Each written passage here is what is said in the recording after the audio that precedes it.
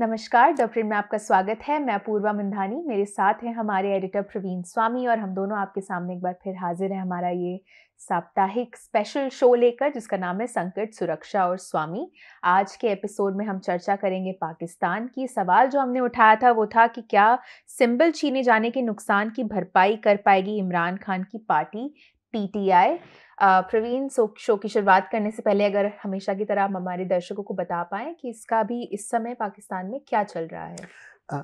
कुछ टाइम पहले पाकिस्तान के इलेक्शन कमीशन ने ऑर्डर दिया था कि इमरान खान की पार्टी का जो चुनाव चिन्ह है क्रिकेट बैट जी, वो पार्टी से छीन लिया जाएगा, क्योंकि पार्टी ने इंटरनल इलेक्शंस टाइम पे नहीं किए थे। उस पर बहुत सारा लीगल विवाद हुआ और मामला सुप्रीम कोर्ट में पहुंचा और सुप्रीम कोर्ट ने पिछले हफ्ते सैटरडे को बीच रात को 11:30 बजे रात को ऑर्डर दिया कि इलेक्शन कमीशन का ऑर्डर सही था। इस पे बहुत सारे लीगल डिबेट्स हुए हैं। बहुत सारे लोग चीफ जस्टिस काजी फैजीजा को क्रिटिसाइज भी किए हैं कि ये पार्टिजान जजमेंट है। लेकिन लेटर ऑफ द लॉ तो यही है कि जो पार्टी इंटरनल इलेक्शन नहीं करते हैं जी, उनको चुनाव चिन्ह नहीं मिल सकता। अब बहुत बड़ा पाकिस्तान के पॉलिटिक्स में क्वेश्चन मार्क उठा है, क्योंकि इमरान खान की पार्टी फौज के दबाव के बावजूद, लीगल केसेस के बावजूद काफ़ी मजबूत रही है और लग रहा है कि हर कंस्टिट्यूएंसी में लगभग कैंडिडेट खड़ा कर पाएगी। सवाल ये उठता है कि हमारे जैसे सोसाइटी में चुनाव चिन्ह ना हो जो आम पब्लिक पहचान सकती है, तो क्या लोग जान पाएंगे कि ये कैंडिडेट फलानी पार्टी का है। और क्रिकेट बैट, जैसे आप समझते हैं इमरान खान इतने बड़े जी, क्रिकेट स्टार थे, तो वो क्रिकेट बैट का एक बहुत बड़ा सिग्निफिकेंस था। अब हर कैंडिडेट का अलग सिंबल होगा। कुछ इंटरेस्टिंग चीज़ें चल रही है सोशल मीडिया पे। पाकिस्तान तहरीक इंसाफ जो इमरान खान की पार्टी है, वो एक ऑनलाइन सिस्टम बनाई है कि आप जाके देख सकते हैं कि आपके इलाके में कौन सा कैंडिडेट है। वो कह रहे हैं कि यंगर वोटर इतने नॉलेजेबल हैं कि वो ऑनलाइन ये सिंबल सॉर्टर से पता कर ले पाएंगे कि किसको वोट देना है। जी। लेकिन जनरली पार्टी को चुनाव चिन्ह लूज़ करना एक बहुत बड़ा ब्लो रहा है। अब देखना है कि वक्त बदल गया है कि वाकई इस एक्शन से पाकिस्तान के एस्टेब्लिशमेंट ने पीटीआई को ख़त्म कर दिया है कि नहीं। चलिए इसी के साथ सवालों की शुरुआत करते हैं प्रवीण। पहला सवाल आ रहा है कुमार सत्यम से। ये हाल ही में हमारे सब्सक्राइबर बने हैं, बोल रहे हैं हमें 2 साल कंटिन्यूसली फॉलो करने के बाद। बोल रहे मैं प्रिंट के टीम को अच्छे काम के लिए कांग्रेचुलेट करना चाहता हूँ। आपका बहुत बहुत धन्यवाद कुमार सत्यम जी। ये भी बोल रहे हैं कि स्वामी सर जी और अपूर्वा मैम, आपको मैं स्पेशली थैंक यू कहता हूँ हिंदी में शो करने के लिए, क्योंकि आज हिंदी में बोलना या लिखना दिल्ली और मुंबई जैसे बड़े शहरों में बहुत बड़ा पाप माना जाता है और इंग्लिश में बात करना एक तरह का स्टेटस सिंबल है। इसलिए थैंक यू हिंदी शोज़ के लिए। आपका बहुत बहुत धन्यवाद हमें सपोर्ट करने के लिए और हमारे सब्सक्राइबर बनने के लिए। हम अपनी तरफ से पूरी कोशिश करते रहेंगे कि हम हिंदी और इंग्लिश दोनों में कई शोज़ लाएं, हिंदी में भी नए शोज़ लाएंगे। और इनका सवाल ये है प्रवीण कि बोल रहे मैं अमेरिका में रहता हूँ और यहाँ के पाकिस्तानी और इंडियन कम्युनिटी में पाकिस्तान के इमरान खान और इंडिया के मोदी बहुत ज़्यादा पॉपुलर हैं। वो बोल रहे अगर पाकिस्तानियों के बीच इमरान खान इतने पॉपुलर हैं तो पाकिस्तानी सड़क पे उतर के इस्टेब्लिशमेंट से लड़ाई क्यों नहीं करते हैं इमरान खान के लिए। एक जनरल सवाल ये है उनका कि डिक्टेटोरियल कंट्रीज़ जहाँ पे इकोनॉमिक डेवलपमेंट एकदम डिज़ास्टर है, जैसे कि ईरान, नॉर्थ कोरिया, वेनेजुएला आदि देशों में, वहाँ लोग अपने अधिकार के लिए क्यों नहीं स्ट्रगल करते हैं। और अगर आपके पास स्वामी सर जी कोई वॉर टॉर्न कंट्रीज़ या डिक्टेटोरियल कंट्रीज़ से रिलेटेड पर्सनल एक्सपीरियंस या स्टोरी हो तो प्लीज़ बताएं। कुमार सत्यम जी, पहले तो मैं अपूर्वा को जॉइन करूंगा आपको धन्यवाद देने में।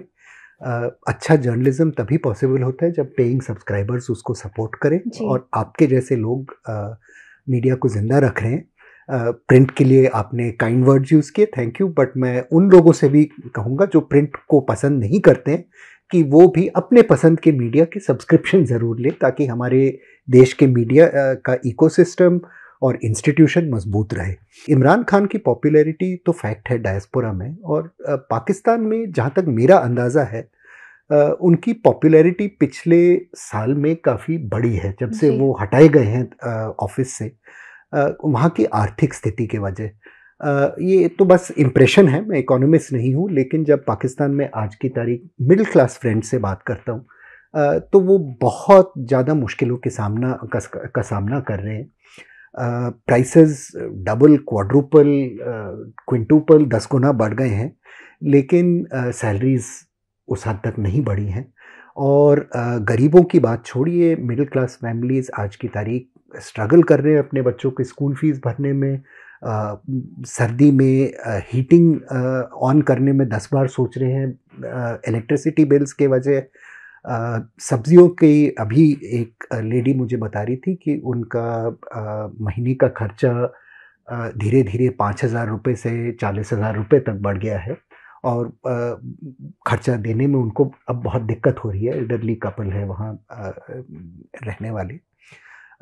तो लोग जो इमरान खान के अथॉरिटेरियनिज़्म या प्रो तालिबान टेंडेंसी से परेशान थे, वो कब ये सोचने लग गए हैं कि चलो मतलब शायद इनसे वही ठीक था। जबकि ये असेसमेंट फेयर नहीं है। बहुत सारे प्रॉब्लम्स जो पाकिस्तान के हैं वो इमरान खान के मिसगाइडेड सब्सिडीज़ के वजह है।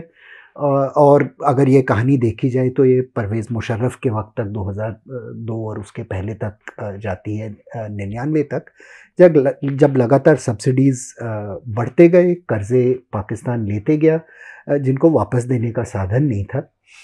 कई सालों के लिए चल पाया क्योंकि वेस्टर्न सपोर्ट था या चाइना का सपोर्ट था। लेकिन धीरे-धीरे अब जैसे मुफ्तखोरी का ज़माना ख़त्म हुआ है ग्लोबल स्टेज पे, पाकिस्तान को इसकी सज़ा देनी पड़ रही है, और सैडली ऑर्डिनरी लोगों को देनी पड़ रही है। अब जहाँ तक सड़कों पे उतरने की बात है, पाकिस्तान जैसे अथॉरिटेरियन मुल्क में बहुत मुश्किल है। 2-3 वजहों के पहले वजह पहली बात तो ये है कि कोई लीडर पॉलिटिकल मूवमेंट का सर्वाइव कर नहीं पाता। जी। पाकिस्तान के कई कोनों में बहुत सारे डेमोक्रेटिक मूवमेंट्स रहे हैं। बलूचिस्तान में रहे हैं। आज जो पश्तून एरियाज़ में ट्राइबल एरियाज़ हैं जहाँ बहुत टेररिज्म का रेपुटेशन है, वहाँ भी डेमोक्रेटिक मूवमेंट्स 50s से लगातार रही हैं, कराची में रही हैं। लेकिन क्योंकि एस्टेब्लिशमेंट ने इन मूवमेंट्स को स्पेस नहीं दिया, या तो ये टेररिज्म में उतर गई या तो क्रिमिनैलिटी में। क्योंकि सड़कों पे जो भी मोर्चा चलाता था, वो तो जेल चले जाता था या गोली मारी जाती थी। और ये कई लैटिन अमेरिका की कंट्रीज़ में सिमिलर फिनोमेनन देखे हैं, फ़िलीपींस में देखा है। अब ये ज़रूर फैक्ट है कि ऐसी स्थितियाँ कई जगह पैदा हुई हैं जहाँ रिप्रेशन के बावजूद लोग इकट्ठे होके डिक्टेटर्स को हटा गए हैं। अम, लेकिन रियलिटी ये है कि बहुत कम ये होता है जब तक स्टेट मजबूत रहता है और अपने आर्म फोर्सेस को फंड कर पाता है। मैंने अनफॉर्चुनेटली या फॉर्चुनेटली कुछ एरियाज़ इन कॉन्फ्लिक्ट को रिपोर्ट किया है, जहाँ कंप्लीटली सिस्टम कोलैप्स हो जाता है। जैसे इराक में मैं था जब इस्लामिक कालिफेट बना था, तो रेवोल्यूशन हो जाता है, और जो भी ताकतवर फोर्स है वो आगे आ पाती है। लेकिन ज़रूरी नहीं है कि वो डेमोक्रेटिक फोर्स रहेगी। कभी-कभी इराक जैसे वहाँ बहुत रिएक्शनरी फोर्सेस पैदा हो जाती है, और जिन एरियाज़ में मैंने रिपोर्ट किया है जैसे कि अफ़गानिस्तान, यही हुआ है कि बहुत रिएक्शनरी फोर्सेस आ गई है। ऑन द अदर हैंड हमने लैटिन अमेरिका में कई मुल्कों में देखा है कि डेमोक्रेटिक फोर्सेस भी आगे आ गई हैं। आखिर ब्राज़ील में, अर्जेंटीना में जन मोर्चों के वजह ही अथॉरिटेरियन सरकारें और मिलिट्री डिक्टेटरशिप्स हटाई गई। चिली में भी जहाँ साल्वाडोर अलेंडे की सरकार गिराई गई, जनरल पिनोशे की डिक्टेटरशिप फेमसली लगाई गई, अंत में एक जन मोर्चा ने ही ख़त्म किया मिलिट्री रेजीम को। क्या ऐसे पाकिस्तान में होगा? मुझे नहीं लगता, क्योंकि कोई आज की तारीख एंटी एस्टेब्लिशमेंट डेमोक्रेटिक पार्टी है नहीं जो फंडामेंटल चेंजेस लाना चाहती है। चाहे वो पीपल्स पार्टी हो, चाहे वो पाकिस्तान मुस्लिम लीग नवाज़ शरीफ हो, या चाहे इमरान खान हो, ये सारे गद्दी पे इसलिए बैठे थे क्योंकि फ़ौज चाहा, और सारे गिराए गए फ़ौज के माध्यम से ही। और ये सारे एस्टेब्लिशमेंट के बच्चे हैं जी। एक तरह से। तो हो सकता है आने वाले सालों में, दशकों में कोई युवक मूवमेंट पैदा हो जो पलटती है। हम पाकिस्तान के बहुत इंटरेस्टिंगली पश्तून एरियाज़ में जहाँ दहशतगर्दी मैक्सिमम रही है, अब यूथ मूवमेंट देख रहे हैं दोबारा पैदा होते हुए, डेमोक्रेटिक मीन से ट्रांसफॉर्मेशन लाने की कोशिश कर रही है। बहुत सारे बलोच डेमोक्रेटिक मूवमेंट्स हैं जो एनफोर्स डिसअपीयरेंसेस और ह्यूमन राइट्स इश्यूज पे मोबिलाइज कर रहे हैं। हो सकता है आने वाले दशकों में ये एक पॉलिटिकल रूप ले ले और सरकार में आ जाए और पाकिस्तान के सबसे बड़े प्रोविंस पंजाब में इनका इवेंचुअली कोई असर पड़े, लेकिन फिलहाल मुझे कोई आशा की किरण दिखाई नहीं देती। अगला सवाल लूँगी आदित्य का। वो पूछ रहे हैं कि इमरान खान फ़िलहाल जेल की सज़ा काट रहे हैं। चूँकि इमरान खान आगामी चुनाव नहीं लड़ पाएँगे, क्या आपको लगता है कि पीटीआई के पास इमरान जैसा कोई और करिस्मेटिक नेता है जो उन्हें वोट दिला सके? अगर नवाज़ शरीफ फिर से प्रधानमंत्री बनते हैं, तो क्या आपको लगता है कि इमरान खान असाइलम मोड में जा सकते हैं, जैसे नवाज़ लंदन में थे? ये पॉसिबल तो है और मेरे ख्याल से आदित्य जी ऑफर भी बैक चैनल से, प्राइवेट चैनल से इमरान खान को दिए गए थे कि चुप से आप चले क्यों नहीं जाते। हुँ। लेकिन मच टू आवर सरप्राइज, क्योंकि इमरान खान का जनरली ये इम्प्रेशन था कि प्ले बॉय है, उसका कैरेक्टर वीक है, जेल की लंबी सज़ा काटने को तैयार नहीं है, ये भाग जाएगा। लेकिन वो मेरा असेसमेंट भी था, लेकिन वो गलत था और उनने बहुत आई हैव टू से डिटर्मिनेशन दिखाया है। वो जानते थे कि जनरल आसिम मुनीर जो आर्मी चीफ हैं वो पर्सनली इमरान खान के खिलाफ हैं। ये कहा जाता है कि इमरान खान ने उनको आईएसआई के डायरेक्टर जनरल के पोस्ट से इसलिए हटाया था क्योंकि उन्होंने इमरान खान की वाइफ के करप्शन के सबूत प्राइवेटली प्राइम मिनिस्टर्स ऑफिस को पेश किए थे, आर्मी में भी रेज किए थे। तो दोनों का रिश्ता बहुत वक्त से ख़राब रहा है एंड इमरान खान को कोई इल्यूजन नहीं था कि इसके कॉन्सिक्वेंसेस क्या रहेंगे।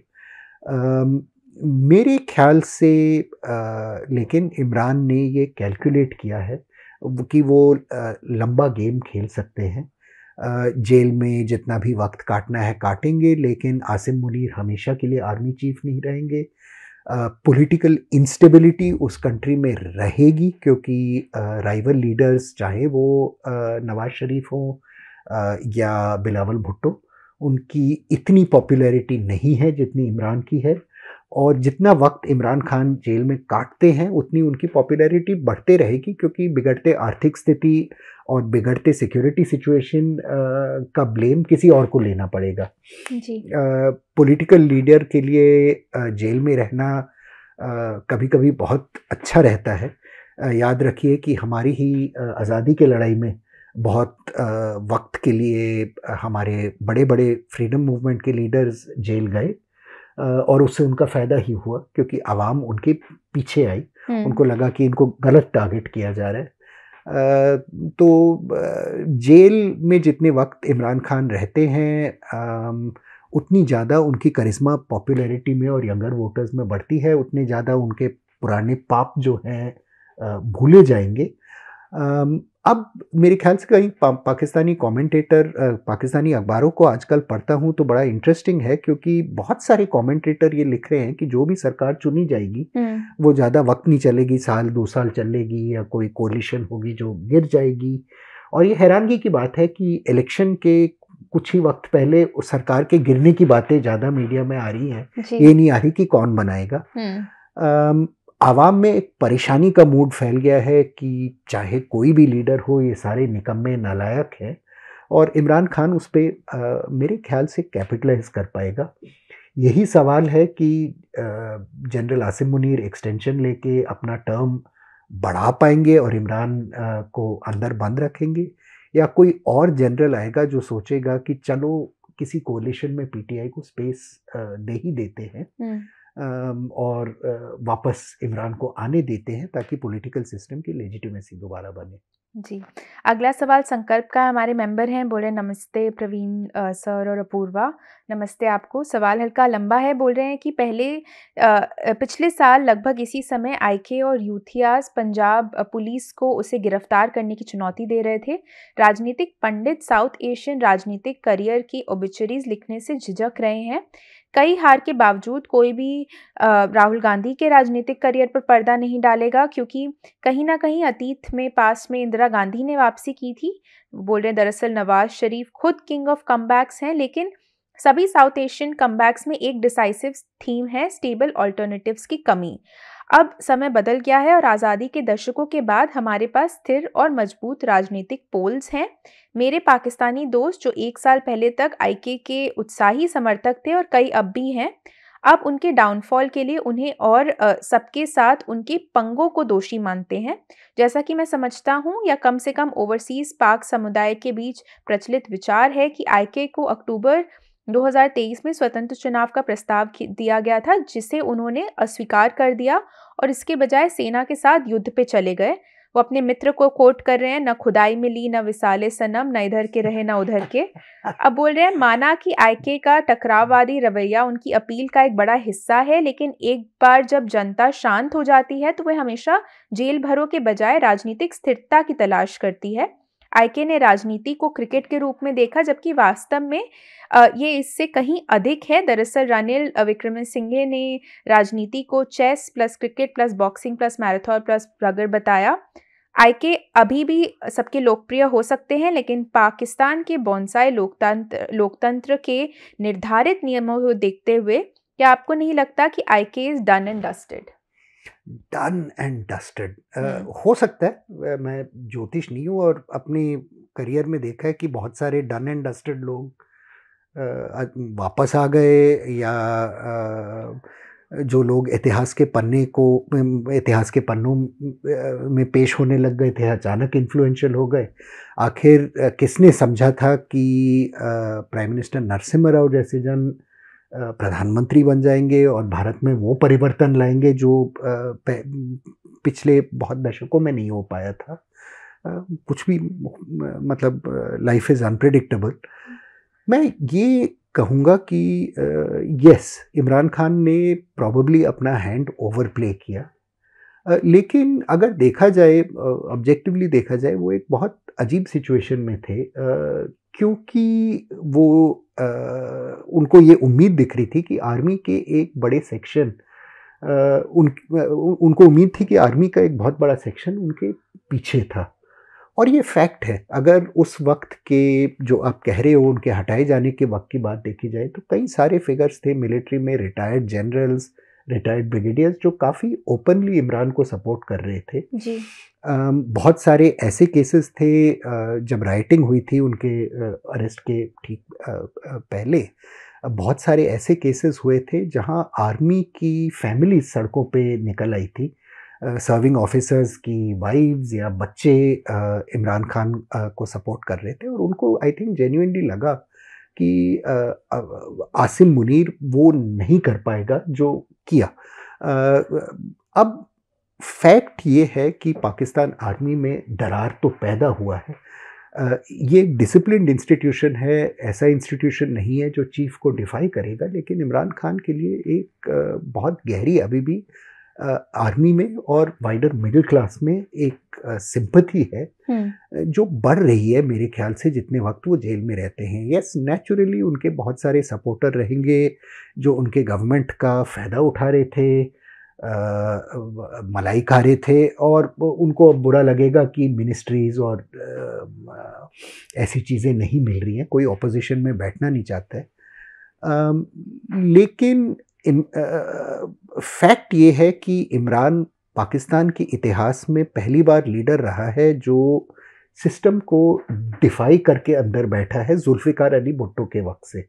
और भुट्टो साहब तो इवेंचुअली फांसी पे पहुंच गए। मेरे ख्याल से पाकिस्तान आर्मी में अब वो ताकत नहीं रही है कि अपने प्राइम मिनिस्टर्स को फांसी पे चढ़ा पाए। आज हुसैन हक्कानी जो फॉर्मर एम्बेसडर थे पाकिस्तान के यूनाइटेड स्टेट्स में, उनका एक बहुत इंटरेस्टिंग आर्टिकल है, और वो ये पॉइंट आउट कर रहे हैं कि पाकिस्तान के पहले इलेक्शन से हमेशा इंटरफियरेंस रहा। प्राइम मिनिस्टर्स के बनाने गिराने में। पाकिस्तान का बिल्ट इन प्रॉब्लम ये था कि ज़्यादा आबादी ईस्टर्न विंग में रहती थी, जो अब बांग्लादेश है, और मिलिट्री का centre of power western wing में था, तो वो कभी पावर डेमोक्रेटिकली शेयर करने को तैयार नहीं था। 71 के बाद ऑफ कोर्स बांग्लादेश अलग एक मुल्क बन गया, लेकिन फिर भी ये छेड़खानी करने की आदत रही। इमरान ने चाहे वो आइडियोलॉजिकली किया है, चाहे ज़िद में किया है, पहली बार वॉलंटरीली किसी ने मिलिट्री को डिफाई किया है इस जनरेशन के मेमोरी स्पैन में। और मेरे ख्याल से उस डिफायंस का उनको अल्टीमेटली काफ़ी फ़ायदा पड़ेगा, क्योंकि लोग कहेंगे ये एक आदमी है जो कॉम्प्रोमाइज़ करने को तैयार नहीं था सिस्टम के साथ या एस्टेब्लिशमेंट के साथ, और एक एस्टेब्लिशमेंट के साथ जो ये इकोनॉमिक क्राइसिस की वजह बहुत बदनाम हो गया है, बहुत ज़्यादा बदनाम हो गया है। अब ये पूरी सच्चाई नहीं है। इमरान ऑफ कोर्स बैठाया इमरान को एस्टेब्लिशमेंट ने ही। अंत तक इमरान कॉम्प्रोमाइज़ करने को तैयार था एस्टेब्लिशमेंट के साथ, but his decision to stay in Pakistan, उनका डिसीजन ये लेना कि मैं भाग नहीं जाऊंगा, अपने फैमिली को बाहर नहीं भेजूंगा, ये उनके फेवर में रहेगा, चाहे वो इस इलेक्शन में आए या ना आए। चलिए, इसी के साथ हमारा आज का एपिसोड यहीं खत्म होता है। आशा करते हैं आपको एपिसोड पसंद आया होगा। हमसे जुड़ने के लिए आप सभी का बहुत बहुत धन्यवाद।